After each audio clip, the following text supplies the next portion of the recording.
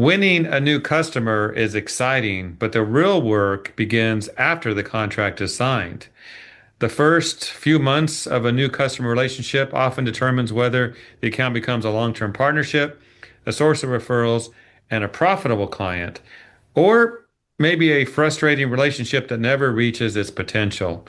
So today we're going to discuss why new customer startups matter more than some leaders might realize, where onboarding and implementation efforts often break down, and what strong handoffs, communication, and early execution looks like in practice. And with me to do this, I'm pleased to welcome Jeff Carmen, who's an expert coach and consultant with Elite BSC. Jeff, as always, a pleasure to talk to you about building a business. Absolutely. It's great to see you and look forward to this conversation. Well, let's jump right into it and talk about this. You can offer some opening thoughts, but my question would be about how many leaders celebrate landing a new customer, and there's reason to celebrate. But Yeah. you've said in the first few months, those are where the future of that relationship are decided. Why is that so critical, and what lasting impact does it have on customer retention and growth?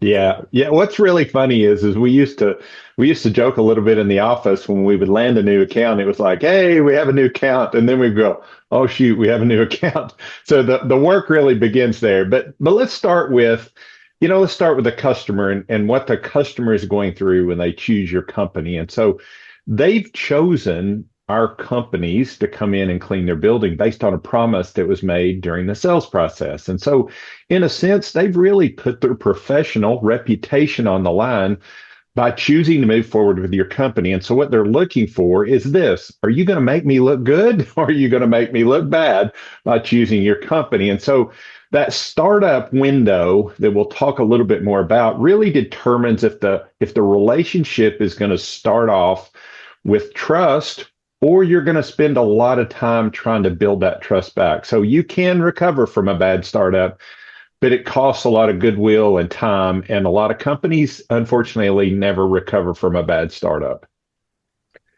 So talk about this. Where do those new customer startups most commonly break down in the process? Uh, yeah, the root cause is almost always the same, and it's just a lack of processes. And so every process, every startup breakdown traces back to one of these three processes. We'll call them staff, supplies, and system.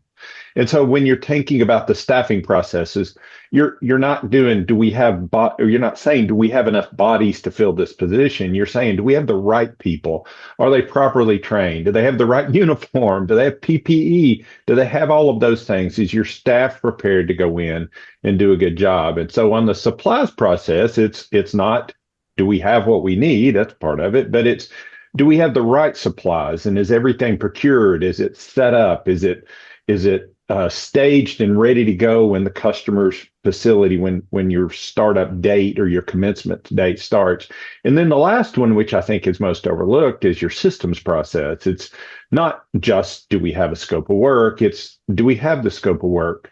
Do we have the documents that guide and lead our team in order to clean the building efficiently and effectively? Do we have codes to get in the building? Where are the shutoffs? What are the emergency numbers? So if we walk into a building with on day one without that information, we're not really starting up. We're just improvising as we go. So thinking about the coaching you do and the companies that you work with that you analyze, and this might be a bit of a repeat question, but Mhm. what stands out to you that they're doing to consistently retain and grow their accounts? What do they look like in that first few months beyond what you've already shared? Yeah, so good companies that we talk with, and I think we did this well at France Building Services. We kind of broke that whole startup window into three phases.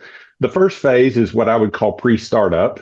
This is maybe 30 to 60 days. Maybe if it's a smaller account, this can be compressed a little bit. But this is where you hold what I would say a proper kickoff meeting. And this kickoff meeting includes the customer and the operations team or the operations person and the salesperson. So there's no miscommunication about what was discussed in the sales process and what the expectations are moving forward. And we talk about what this startup window, what success looks like.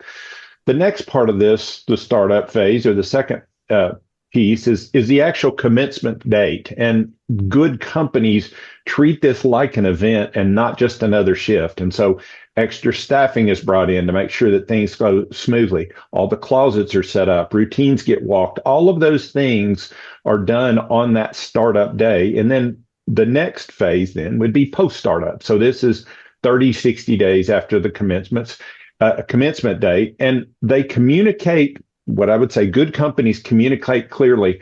Hey, this is the phase or this is the time where we're refining our processes. We're understanding our routes or we're adding additional equipment that might make us more efficient. But this transparency during this period builds a lot of trust. And you're saying to the customer, hey, listen, in these first 60 to 90 days, we're going to make mistakes. But what's important is how you respond to them and how you make sure your team doesn't continue to make those same mistakes. Thank you, Jeff. I just think back to you when you said earlier that companies celebrate when they get that contract.